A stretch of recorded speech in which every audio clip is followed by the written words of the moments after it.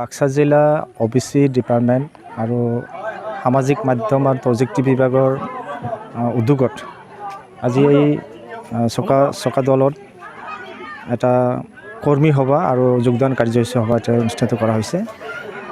ইয়াত আজি প্ৰায় 200ৰ অধিক 2 শতাধিক লোক এটা কংগ্ৰেছ দলক ভাল পাই ইয়াত জইন কৰিছে আৰু আমাৰ এই সভাত অসম প্ৰদেশ কংগ্ৰেছ কমিটিৰ বিভিন্ন ডিপাৰ্টমেণ্টৰ মুৰব্বীসকল ইয়াত উপস্থিত হৈছে। এইটো ট্ৰিপল ইঞ্জিনৰ চৰকাৰ চলি থকাৰ পিছতো আকৌ এটা ইয়াতে কংগ্ৰেছত যোগদান কৰাৰ কাৰণ কি বুলি? ইয়াত ট্ৰিপল ইঞ্জিন চৰকাৰ বুলি ক'লে তেওঁলোকৰ কাম তেওঁলোকৰ তাতে আছে, কিন্তু কংগ্ৰেছ দল এটা বিশাল দল, সাগৰৰ নিচিনা। ইয়াৰ জন্ম যেতিয়া হৈছে ইয়াৰ মৃত্যু নাই, ই আগতে আছে আৰু থাকিব। এই কংগ্ৰেছ দলক আৰু কোনেও পাৰ কৰি যাব নোৱাৰে। যি দলবিলাক আছে, BJP হওক বা UPL হওক বা BPF হওক, এই দলবিলাক এটা সময়ত লাহে লাহে নোহোৱা হৈ যাব।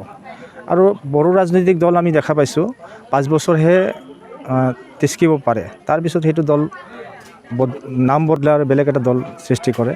তো তেওঁলোকৰ দলবিলাক এনেকৈ হৈছে। আৰু BPF UPL এটা BJPৰ অংশ, গতিকে তেওঁলোকক আমি যদি BJP ভাল পাওঁ, তেন্তে BJP ডাইৰেক্ট ভোট দিয়ে ভাল বা তেওঁলোকৰ লগত থকাই ভাল, তেতিয়া BPF UPL কৰিব লগা নাই। সেইকাৰণে আমি জানো যে BTCত এতিয়াও কংগ্ৰেছৰ প্ৰভাৱটো যথেষ্ট হৈছে। যোৱা লোকসভাত আমি কোকৰাঝাৰ লোকসভাত যথেষ্ট ভোট পাইছোঁ। আমি যথেষ্ট প্ৰচাৰ কৰা নাই, আমাৰ সেনেকুৱা টকা পইচা আমি খৰচ কৰিব পৰা নাই। তো তৎসত্ত্বেও আমি যথেষ্ট ভোট পাইছোঁ। আমি নতুনকৈ উত্থান যথেষ্ট হৈছে। কিমান পাৰ্চেণ্ট ভোট পাইছে আগতে? যথেষ্ট উত্থান হৈছে। আজি চিডলিত উপনিৰ্বাচন হৈছে, তাতে আমি 3rd পজিশ্যন পাইছোঁ। তাতে আমি জিকাৰ সম্ভাৱনা আমাৰ পুৰা আছে। এতিয়া কিন্তু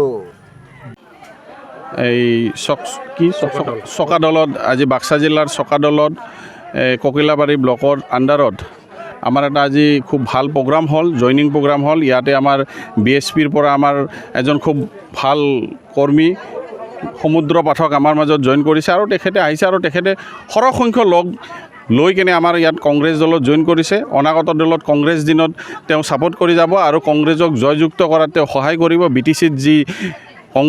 BTCত যি আপোনাৰ মানে এই পিছ পৰি আছে, যে BTCত যি আপোনাৰ সংগ্ৰামী মহিলাৰে হওক বা প্ৰমোদ বড়োৱে হওক বা আমাৰ হীৰা হৰণীয়ে হওক, কিন্তু কোনো এজন মানুহে খালি মানে ডেভেলপমেণ্টৰ কাৰণে নাহিলে। কাৰণ ডেভেলপমেণ্ট কৰিম বুলি কিনে সবেই আগবাঢ়ি আহে, কিন্তু পিছত যাই কেনে কি হয়, নিজৰ ঘৰটো ডেভেলপ কৰে, নিজৰ পুঁজি ডেভেলপ কৰে, নিজৰ বংশগোষ্ঠী ডেভেলপ কৰে, কিন্তু ৰাইজৰ হৈ একো কাম নকৰে। আজি প্ৰমোদ বড়োৰ কথাই চাই তেওঁ কি আছিল আজি কিছুদিন আগত, এতিয়া অসংখ্যৰ তেওঁ মালিক। তেওঁৰ মিছেছৰ নামত যদি চাব যে কিমান সম্পত্তি আছে, তেওঁ মিছেছৰ নামত যদি চাব যে কিমান বিজনেছ আছে, আজি হেমন্ত বিশ্ব শৰ্মাৰ নামত কিমান সম্পত্তি, আজি তেওঁলোকে এই যিটো আমাৰ শ্ৰীৰামপুৰেদি যায় কিমান 2 নম্বৰী কাৰবাৰ চলে, গোটেই 2 নম্বৰী কাৰবাৰত তেওঁলোকে জড়িত হৈ আছে। গতিকে এনেকুৱা বহুত বস্তু আছে য'ত নেকি তেওঁলোকে আজি এইফালৰ পৰা আমাৰ চুপাৰীৰ নামত কিমান 2 নম্বৰী চলি থাকে, কয়লাৰ নামত চলি থাকে। এইবোৰে সৰহ সংখ্যক পইচা লয়। আজি যি BPFক আমাৰ কংগ্ৰেছ দলে সেই সময়ত ছাপোৰ্ট দিছিলে, কিন্তু তেওঁ কৈছিলে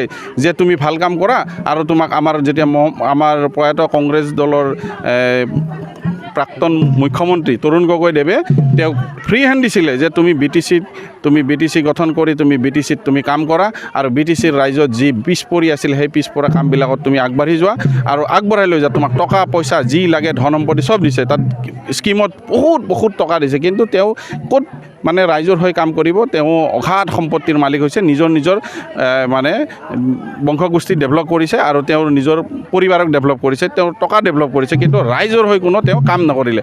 আৰু তেওঁলোকৰ সেই কাম দেখা পাই আমাৰ ৰাইজে কি কৰিলে, কংগ্ৰেছ দলে যিহেতুকে ইয়াত এৰি দিছিলে, তেতিয়া সেই সময়ত মানে হীৰা হৰণীয়া আহিছিলে আৰু হীৰা হৰণীকে সকলো মানুহে ছাপোৰ্ট কৰিছিলে যে এটলিষ্ট কমচে কম এজন এনেকুৱা অবড়ো মানুহ আহিছে যে অবড়ো মানুহে ইয়াত ৰক্ষণাবেক্ষণ দিব মানুহক আৰু সেই বুলি কেনে ৰাইজৰ ডেভেলপমেণ্ট হ'ব, তেওঁকো ছাপোৰ্ট দিছিলে। লাষ্টত গৈ তেওঁ একো কৰিব নোৱাৰিলে আৰু নকৰাৰ ফলত কি হ'ল, আমি জানিছিলোঁ যে তেওঁ এজন ST মানুহ বুলি কেনে, কিন্তু পিছত গম পালোঁ যে তেখেতো ST নহয়, যে ST নোহোৱা কৰি কেনে তেওঁ আহিছিলে ৰাইজক ST বুলি কৈ কেনে মানে এটা নেতৃত্ব দিছিলে আৰু নেতৃত্ব দি মানে অগাধ সম্পত্তি তেওঁ মানে মালিক হ'ল। এইখিনিয়ে কথা গতিকে অনাগত সময়ত আমাৰ কংগ্ৰেছ দল আহিব আৰু কংগ্ৰেছ দলে ইয়াত BTCত চৰকাৰ গঠন কৰিব আৰু চৰকাৰ গঠন কৰি এই যে মানুহবিলাকে যিখিনি কৰা নাছিল যি ডেভেলপমেণ্ট কৰা নাই আৰু আমাৰ কংগ্ৰেছ দলৰ পৰা সেই ডেভেলপমেণ্ট কৰিব আৰু 2026ত আমাৰ কংগ্ৰেছৰ চৰকাৰ হ'ব চৰকাৰ হৈ আমি সকলো এই যি মানে সুবিধাবিলাক আমি কৰি দিম যি অসুবিধা জীয়াই আছে সেইবিলাক আমি ছাপোৰ্ট কৰিম ধন্যবাদ